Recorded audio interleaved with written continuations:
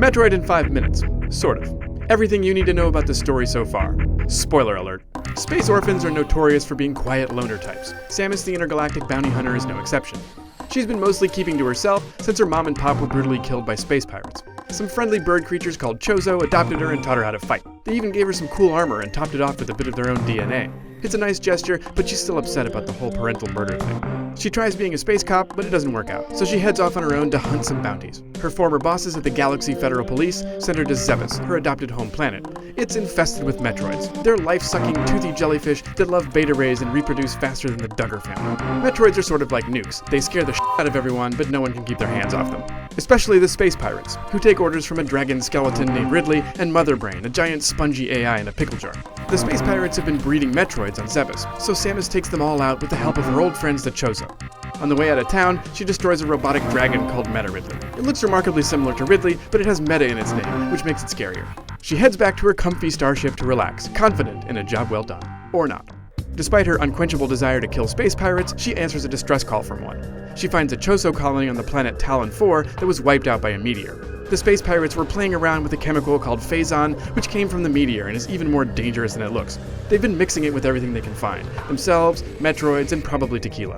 Oh, also, Meta Ridley is still alive. Samus pummels him again and kills a phazon-mutated Uber Metroid called Metroid Prime for good measure. Then it's off to her ship again for a hot bath, confident, wait, what the hell is that? We'll come back to it. They send her to another phazon-torched planet to find some lost marines, but it's the same story as on Talon 4. This time, the phazon has split the planet into dark and light halves. Samus enlists a giant bug called a Luminoth to help her kill a guy named Emperor Ing. Emperors are always bad, so Samus kicks his ass and runs into an evil version of herself created by the phazon. We'll come back to that. In addition to being a roly-poly Metroid killing machine, Samus is apparently also a computer expert. She's sent by her BFFs at the GF to clear a virus from a squishy supercomputer called Aurora. But Dark Samus is feeling feisty and pops by to cause trouble. Fast forward a month and regular Samus is curious about why some planets are suddenly incommunicado. It's those pesky meteors again, but they're called Leviathan seeds now.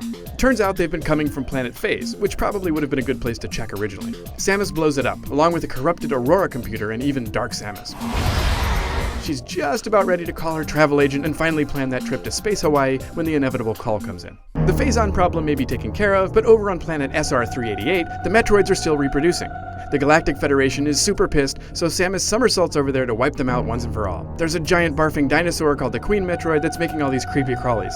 Samus does her in and heads back to her spaceship to finally catch up on her email and oh my god, wait, no, there are more Metroids. Back when she killed the Queen, she found a Metroid hatchling that started following her around. The baby Metroid thinks Samus is its mom, which is really cute, but she's not quite ready to settle down. So she throws it in a tube and gives it to the space scientists at the Space Science Academy, where they use their space equipment to do some space experiments on it. Before the researchers can finish electrocuting it, the space pirates send a familiar giant pterodactyl to steal the baby and take it back to Zebes.